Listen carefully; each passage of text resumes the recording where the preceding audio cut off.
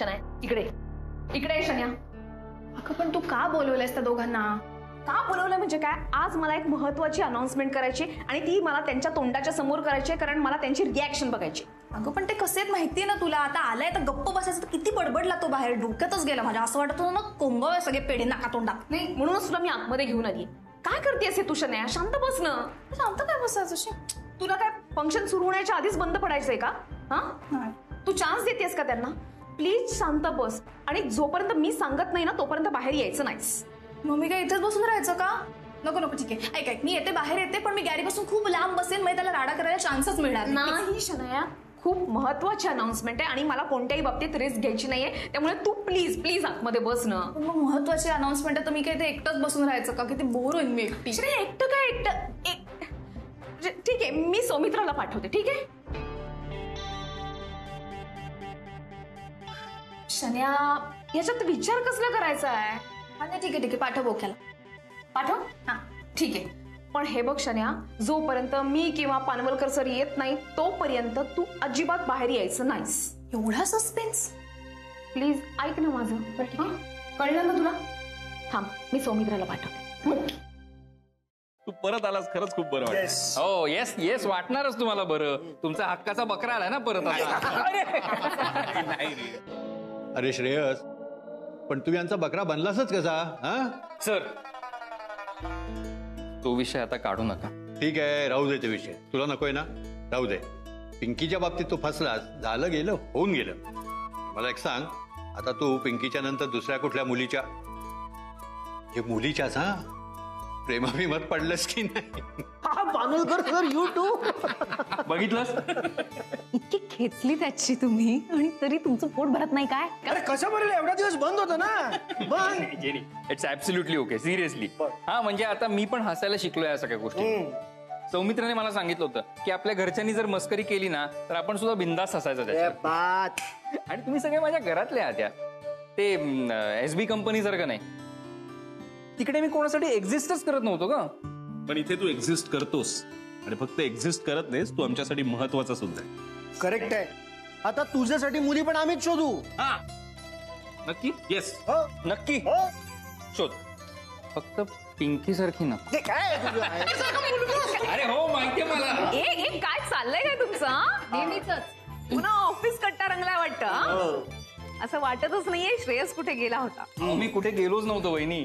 हा शरीराने होतो SB कंपनीमध्ये, पण मनाने इथेच होतो. हाय फिलॉसॉफी. खरंय खरंय अगदी खरंय. छान वाटतंय श्रेयस परत आला. इतकं पॉझिटिव्ह वाटतंय ना. चला आता आपण आपल्या कार्यक्रमाला सुरुवात करूया. सगळेजण आलेत आणि मुख्य म्हणजे मीडिया पण. चला चला सुरुवात करा. मी तर कधी एकदा तुझं भाषण सुरू होत आहे आणि मी ऐकतो असं झालंय मला. चला चला चला. सौमित्र एक मिनिट काय इकडे ना. काय झालं बोल ना. हो सर, तुम्ही ज्यूसचा ग्लास नुसतं भाषण ऐक माझं. पण आत केबिन मध्ये बसू. केबिन मध्ये का? शनाया आतमध्ये, तिला जरा कंपनी दे. तिला कशाला आत बसवलेस तू? अरे गुरुनाथ आणि माया आलेत इथे आणि मला नाही वाटत हा कार्यक्रम ते व्यवस्थित पार पडू देतील. ते काही ना काहीतरी निमित्त शोधतील आणि ते निमित्त शनाया देईल, कारण त्यांना माहितीये की शॉर्ट टेम्पर्ड आहे. त्यामुळे मला आता रिस्कच नकोय. तिला आतमध्ये बसायला सांगितलं. तिला सांगितलंय जोपर्यंत मी सांगत नाही तोपर्यंत बाहेर यायचं नाही. प्लीज जा. पण मग ती बसेल ना एकटी. तू मला का हात पाठवतेस? मला काही कळतच नाहीये. नाही खरंच जा, कारण ती एकटी बसायला नाही म्हणते म्हणून जा. अगं नाटक असतात तिची. मी एकटी बसणार नाही वगैरे म्हणून मी आज जाऊन बसायचं. तुला माहिती ना राधा, तुझं भाषण ऐकायला मला आवडतं आणि तू आज त्यातून एक महत्वाची काहीतरी अनाउन्समेंट वगैरे करणार आहेस. तो मला समोर असायचंय. हे सगळं ऐक, पण आतमध्ये बसून. अरे आतमध्ये बसून ऐकू कसं येणार आहे मला? आतमध्ये स्पीकर आहे. म्हणजे अच्छा, म्हणजे तू इथे बोललेलं मला आता ऐकूच येईल? हो. ए राधा, तरी पण मी नाही जाणार आहे. रात्रीला बसू दे एकटीला. मला इथे समोर थांबायचंय. प्लीज प्लीज ऐक ना माझं. प्लीज थांब ना तिच्या बरोबर. मला यावेळेस खरंच रिस्क नकोय. ते काहीही करू शकतात. ऐक जा ना प्लीज. अजून सारखं सारखं प्लीज प्लीज प्लीज म्हणू नको. जातो आज. म्हणजे स्पीकरचं नक्की आहे ना? नक्की आहे. चेक करून घे.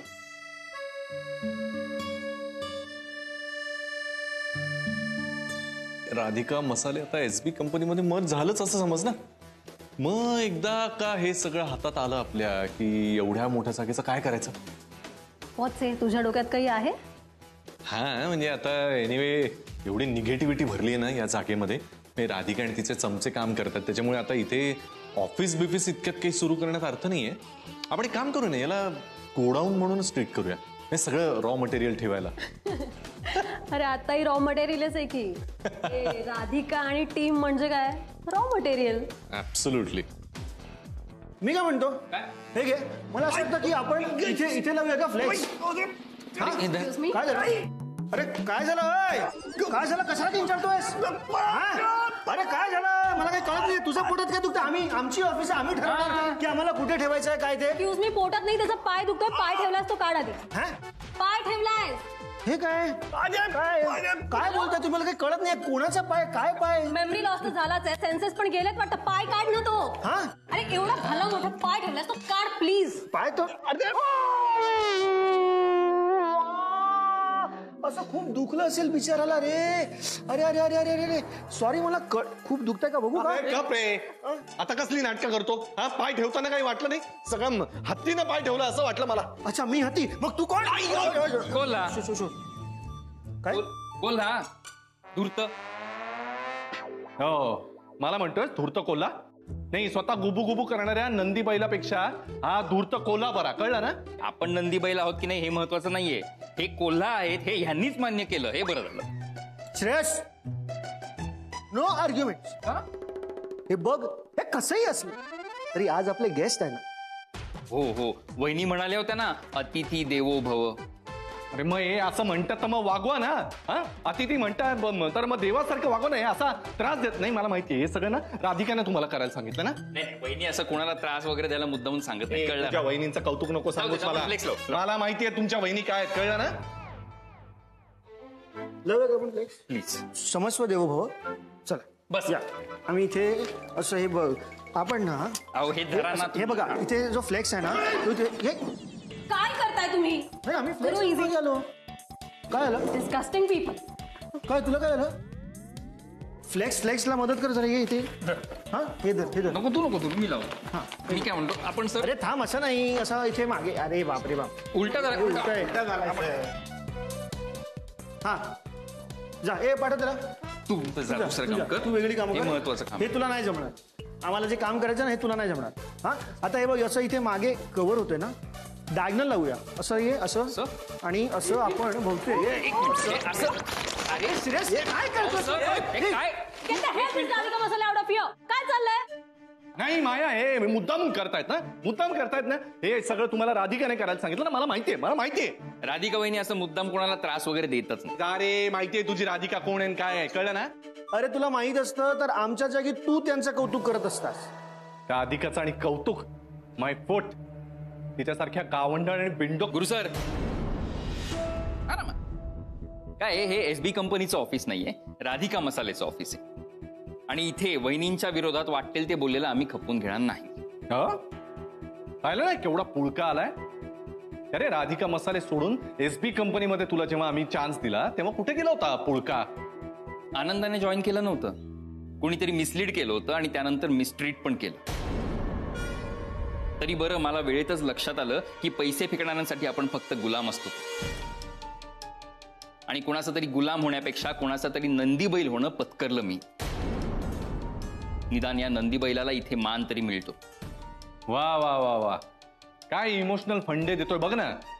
नाही हे पण राधिकाकडूनच शिकलायत, मला माहितीये ना. हा, ती बनवते इमोशनल फूल तुम्हाला आणि हे बनतात. हो बनतो, ते बोलतात आम्ही ऐकतो. आणि म्हणूनच 3 वर्ष झाली राधिका मसालेला आणि आम्ही सगळे इथे टिकून आहोत. कोणालाच कामावरनं काढलेलं नाहीये आणि कोणी काम सोडून गेलेलं पण नाही. आणि तुम्ही ज्याला इमोशनल फूल म्हणतात ना, त्याला आम्ही इमोशन्सशी जोडलं गेलेलं म्हणतो.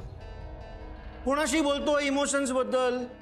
याला जर इमोशन्स कळले असते तर 3-3 बायकांची असो. आता तुला समजवण्या एवढा वेळ नाहीये माझ्याकडे आणि त्याचा काही उपयोगी नाहीये. हा, ए बाई चल इथे नको, इथे नको, आपण तिथेच लावूया फ्लेक्स. चल. ओके, चला तर. गुरु तू बस.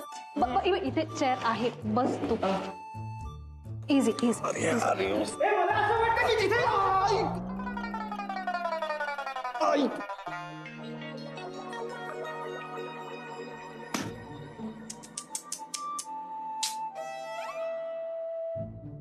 बोक्या तुझ्याकडनं एक्सपेक्ट केलं नव्हतं रे.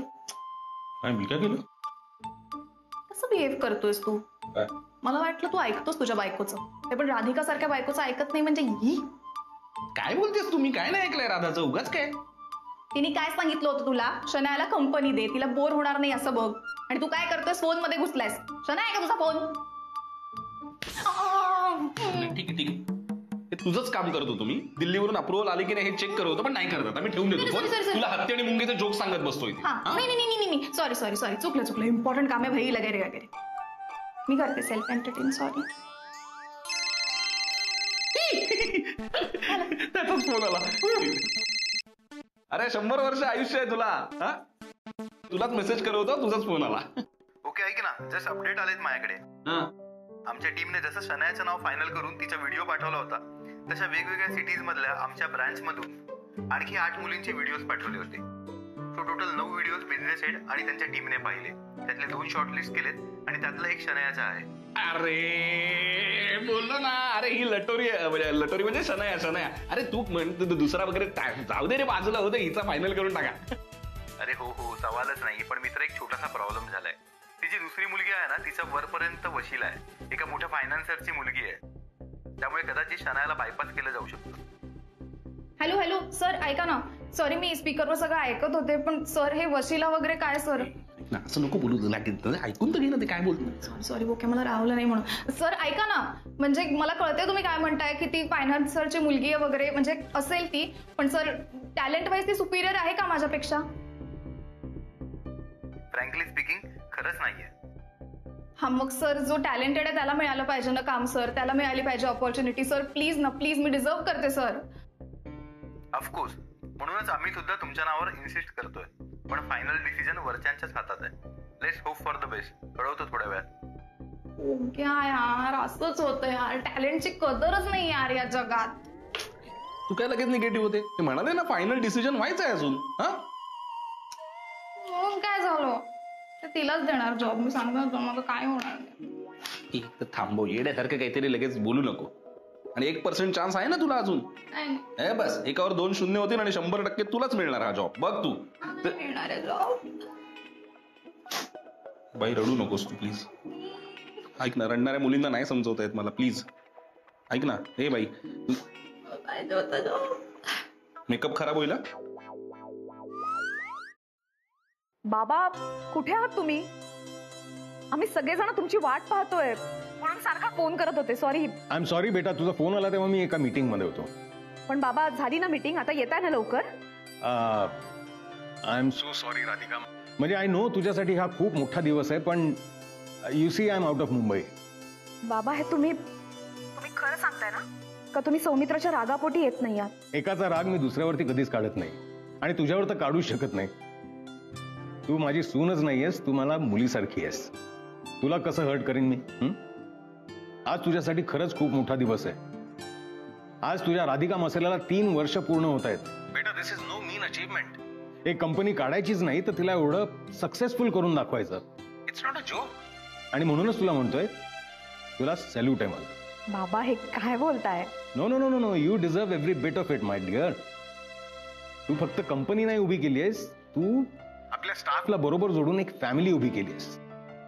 इतकी जीवाभावाची माणसं तू गोळा केलेली आहेस. तुला सांगतो, एका बिझनेसमॅनचं खरं इन्व्हेस्टमेंट ना हेच असतं. आणि म्हणूनच तुला म्हणतो की तुला सॅल्यूट आहे. I am so so so proud of you. Thank you so much बाबा, तुम्ही माझं एवढं कौतुक करताय.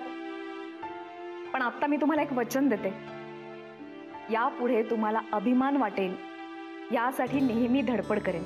I am sure about that बेटा. माझे आशीर्वाद कायम तुझ्या पाठीशी आहेत. इनफॅक्ट तुझ्या सगळ्या स्टाफला सुद्धा माझे बेस्ट विशेस दे. हो बाबा. आणि हो, आज काहीतरी मोठा डिसिजन तू घेणार आहेस असं कळलं मला. यु नो मी राधिका, मी एकच गोष्ट तुला सांगेन, कुठलाही डिसिजन घे पण तो प्रॅक्टिकली घे, इमोशनली नाही. ओके बाबा, डिसिजन घेतलाय मी,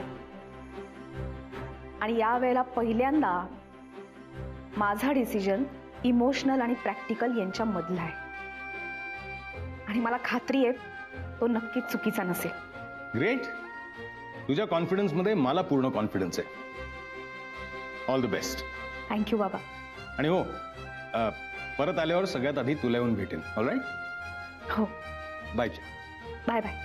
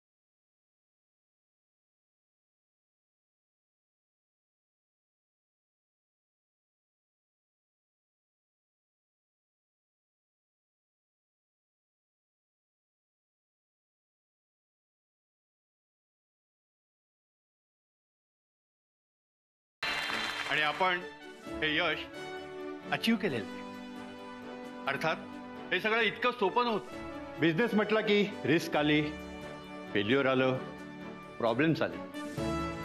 पण राधिका मसालेंनी या सगळ्या गोष्टींना फेस केलं आणि यातून मार्गही काढला. मित्रांनो, शाळा कॉलेजमध्ये असताना तुम्ही सगळ्यांनी कुसुमाग्रजांची कोलंबसचे गर्वगीत ही कविता वाचली असेल, ऐकलीही असेल. पण मी गेली 3 वर्ष ती कविता अक्षरशः इथे जगतोय. होय मित्रांनो, कारण कोलंबसचं जहाज वादळामध्ये अडकलेलं असताना कोलंबस ज्या पद्धतीने त्याच्या सगळ्या सहकार्यांना प्रेरणा देतो, अगदी तसंच्या तसं सगळं मी इथे अनुभवलेलं आहे. अतिशय अभिमानाने मला सांगावंसं वाटतं की इथल्या कोलंबस अर्थात कॅप्टन ऑफ द शिप आमच्या राधिका वहिनी होत्या. त्यांच्यामुळेच राधिका मसालेचं जहाज तरलं आणि इतका मोठा ब्रँड ठरलं. आणि आज त्याच ब्रँड संबंधी राधिका वहिनींनी एक अतिशय महत्वाचा निर्णय घेतलेला आहे. वा, काय बोलतात ना पानवरकर सर, जहाज तरलं वगैरे. वक्तृत्व स्पर्धेत नेहमी पहिलेच असणार ना शाळेत. सोनील सरांचा फोन कधी येणार आहे? आणि त्यांचा तो निर्णय सांगते तिलाच मिळणार. आजवरच्या त्यांच्या कारकिर्दीत इतका सारखा निर्णय आहे. आता तो निर्णय काय आहे हे आपण सगळे राधिका वहिनींच्या तोंडूनच ऐकूया. एक मिनिट, आता राधाचं स्पीच चालू होईल. आता अनाउन्समेंट ऐकायची मला. आता प्लीज बडबड करू नको. राधिका वहिनी, मलाही ऐकायचं.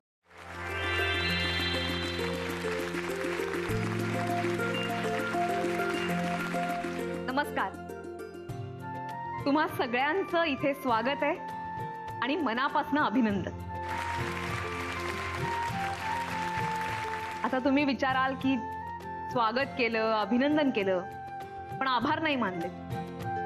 पण खरं सांगू का, मी आता तुम्हा सगळ्यांचे आभार नाही मानू शकत. तुम्ही सगळेजण होतात म्हणून मी आणि राधिका मसाले इथवर पोचलो. मी तुमचे आभार कधीही मानणार नाही. मला आयुष्यभर तुमच्या ऋणात राहायला आवडेल. तुम्ही सगळेजण आहात म्हणून राधिका मसाले ह्यापेक्षा मोठ्या उंचीवरती जाऊन पोहोचे. आज आपण 3 वर्ष सेलिब्रेट करतोय, उद्या 30 वर्ष सेलिब्रेट करू. पण या सगळ्यामध्ये सगळ्यात महत्वाची गोष्ट म्हणजे तुम्ही सगळेजण सोबत आहात. या राधिका मसालेमध्ये तुम्ही अत्यंत अत्यंत महत्वाचे आहात. आत्ताच पानवलकर सरांनी मला कोलंबसची उपमा दिली. पण खरं सांगू का, मला माझ्या सहकार्यांना तयार करताना एवढे त्रास नाही सहन करायला लागले. कारण हे सगळेजण केवळ माझे सहकारी नाहीत, तर माझं कुटुंब आहे, जे माझ्या पाठीशी उभे राहिले आणि माझा प्रत्येक शब्द झेलायला तयार झाले. पानवलकर सर मला वडिलांच्या ठिकाणी आहे. अत्यंत शिस्तप्रिय आहेत, पण तितकेच प्रेमळ आहे. त्यांचा आधार वाटतो मला. आनंद भाऊजी मला भावासारखे, खूप सपोर्टिव्ह आहे, तितकेच प्रोटेक्टिव्ह सुद्धा आहेत. जेनी मला लहान बहिणीसारखी आहे, अत्यंत जेन्युइन ऑफिस मधलं वातावरण चेअरफुल कसं राहील हे नेहमी बघत असते. आणि हा श्रेयस मला लहान भावासारखा आहे. जीवाला जीव कसा द्यावा आणि जीव ओतून काम कसं करावं हे त्याच्याकडनं शिकावं. आणि तुम्ही सगळेजण माझी लहान भावंड आहात. ही एवढी ताकद, माझी प्रेरणा. मग तुम्ही सगळेजण सोबत असताना राधिका मसालेचं जहाज भरकटेलच कसं.